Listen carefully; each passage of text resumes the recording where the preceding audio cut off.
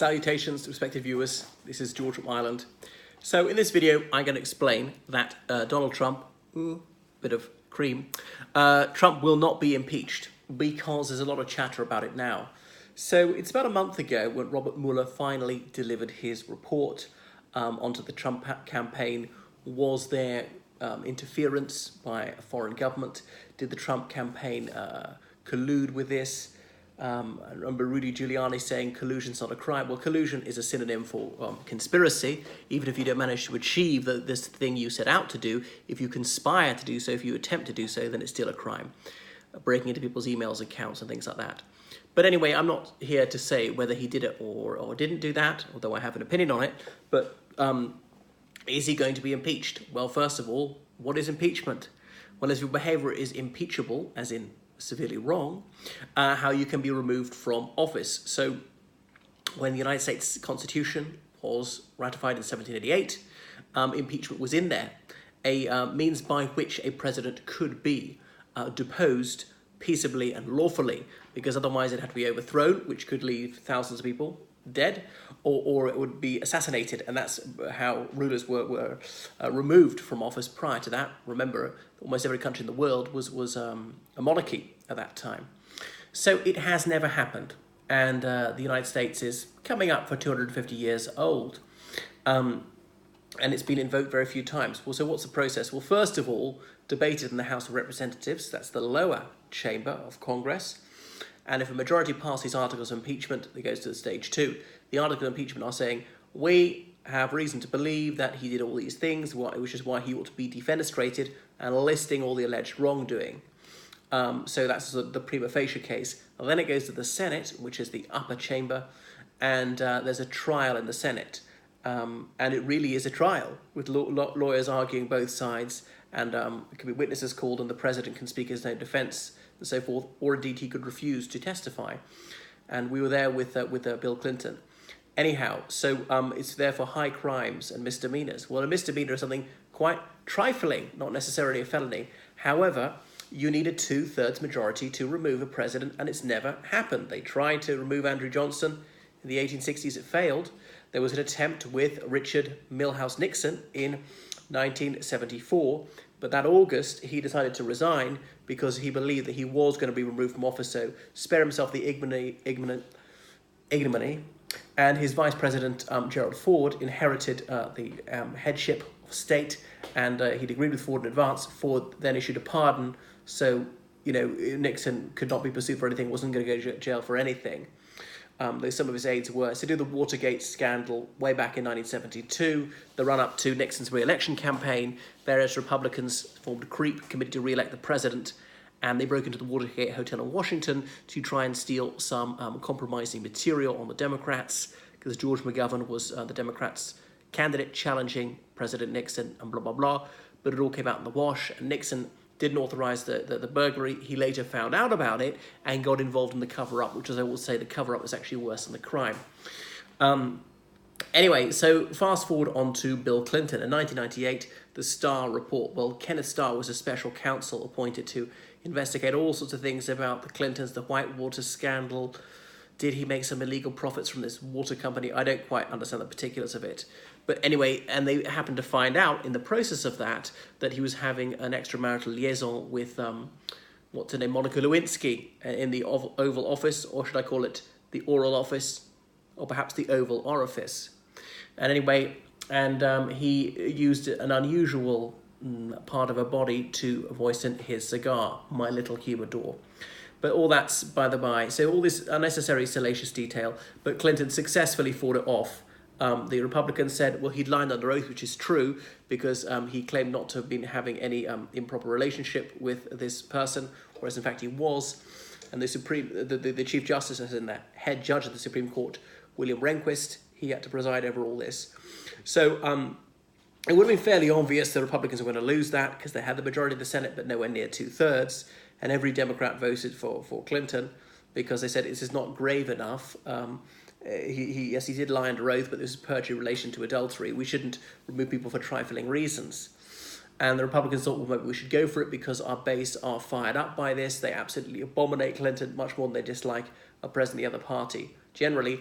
And if the president, if he can lie under oath and get away with it, well, that's very bad news for our system, because, you know, people go to prison for perjury, and the president's got to set an example. He can't get off scot-free. Well, he did. But was it a mistake to try it against Clinton? And by the time Clinton left office, his approval ratings were very high. Obviously, he couldn't go for a third term. So perhaps they wasted a lot of time, the Republicans. And then again, when his vice president, Al Gore, stood for the presidency, he got more votes than George W. Bush by 0.5%, by about 500,000 votes. But because of the few hanging chads in Florida, George W. Bush got into the White House. Anyway, so people will consider it tedious. They're going to forget the details. It's all quite a long time ago. There's things dating back 3 years in most cases. And people say it's a distraction from the real issues. I know what the Trump team are going to say. Well, we're getting on with important things that matter to the American people: the border wall, national security, boosting the economy, trade war against China, and on, and tax cuts. So most of their policies, I think, are catastrophic. I very much disagree with them. But they'll say this is an inside the Beltway issue. Only political obsessives care about this kerfuffle, and keep calling it nonsense when clearly it's not an insensate campaign, because I think 7 people have been sent to prison for it. Put it this way: every single person who's gone on trial has been guilty. There are some people who have not gone on trial because they live in another country and the government will never extradite them. And obviously, Trump's administration has lied about this since day one. Been caught lying so many times, changed their story so many times, that there was no meeting in Trump Tower, that we didn't discuss this, that that Trump didn't issue change the statement to say what the meeting Trump Tower was about, that he had nothing to do with Stormy Daniels, he didn't have an affair with her, that he didn't pay the money, he didn't know about the money, he didn't reimburse the money to Michael Cohen, and on and on. So they've been caught lying constantly. And why are they lying? They don't lie for no reason, because the smaller lies are covering up bigger lies, which are covering up bigger scandals, and we still haven't got to the bottom of it. And obviously, Trump's Attorney General, Barr, he's been deliberately as misleading as possible, completely disingenuous, selectively quoting bits of the Mueller report, burying other bits which reflect very badly on the president, and the things which reflect discredit on him show all the times Trump attempted to pervert the course of justice, or obstruct, as people say in the United States, and he obtruded into people's different areas of responsibility. The loads of things he did. And now they're not responding to subpoenas. And as I understand it, you're legally required to, because that's the whole thing. You're under the threat of punishment. That's what the peanut bit is. Wrongly issuing security passes to relatives on a completely nepotistic basis, despite being warned you shouldn't do so. Appointing Michael Flynn to the cabinet despite being told you shouldn't do so, which is an abuse of power. I'm not saying it's illegal, but I'm just saying it's gravely jeopardizing national security, which obviously is bitterly ironic coming from a party which is always banging on about national security and waving a flag about how patriotic and how paranoid it is, which is a reason to vote for them. I suppose that makes them better than the Democrats because they're even more xenophobic, and they really think that most foreigners represent an existential threat to the United States. I think one of Mueller's big failings was not to interview Trump. And of course, Trump's lawyers were very eager that they don't allow that to happen, because Trump just can't help himself. And he either tells whoppers of provable lies, or else he blurts out things which are incriminating. So they successfully averted that catastrophe for their side. And it was a failure of Mueller not to get to do so. Trump said he'd love to speak to Mueller. Well, speak to him. So you obviously wouldn't love to. So you're lying again. You're afraid to. You could have spoken to him any day.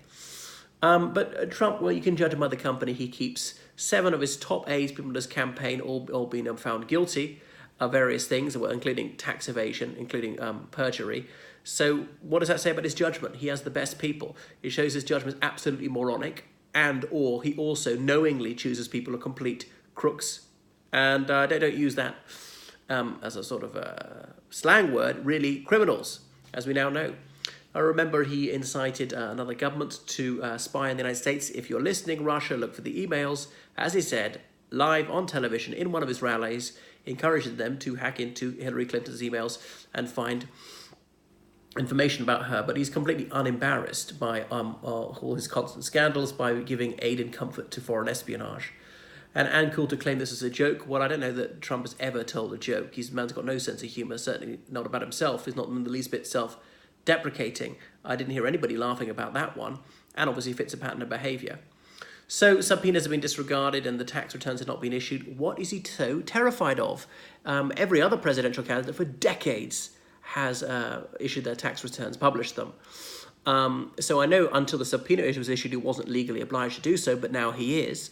So he's presumably nothing like as rich as he claims to be, and or he got money from very suspect sources, which he's desperate to cover up, because it would probably, everything would fall into place. It would all be explicable, and I think we can guess who was lending him or just giving him money, paying way over the odds for things, laundering money through him. Because by about 2000, he was such an absolute loser, such a terrible failure, no American bank would lend to him. Nobody in their right place, with a mind in the right place, would trust him. So he's been ordering people not to comply with the subpoenas. He's obviously completely out of control. What a criminal president, really ruining America's reputation for the rule of law. But he's not going to be successfully removed from office. The Democrats, they might get the articles of impeachment passed through the House of Representatives because they got the majority there. Even a few Republicans might vote for it. And I do mean a few. The Democrats got about 55% of the people in the House of Representatives. They only need 50% plus one. Quite easy to get. Probably every single Democrat will vote for that. But politics is so polarised now. It wasn't quite as polarised back in the 90s, but now the level of partisanship, certainly on the Republican side, is ridiculous. Who used to be about moral values, upholding the truth, without fear, without favour, doing the morally right thing. And there were brave souls like John McCain, who was courageous, who was broad-minded, willing to be bipartisan at times, and to denounce wrongdoing in his own party. Well, sadly, that patriotic spirit has deserted the Republican Party these days. I'm not saying that the Democrats were always completely fair-minded and objective either. So then it goes to the Senate, and as I say, the Democrats have are in the minority there, so they would need 2/3 of the votes. There's no way they're going to get them. They'll be lucky if they got a couple of Republicans. That's it. So this will take several months. It will be a huge diversion from what people will perceive as more pressing issues. Trump is almost certain to get away with it.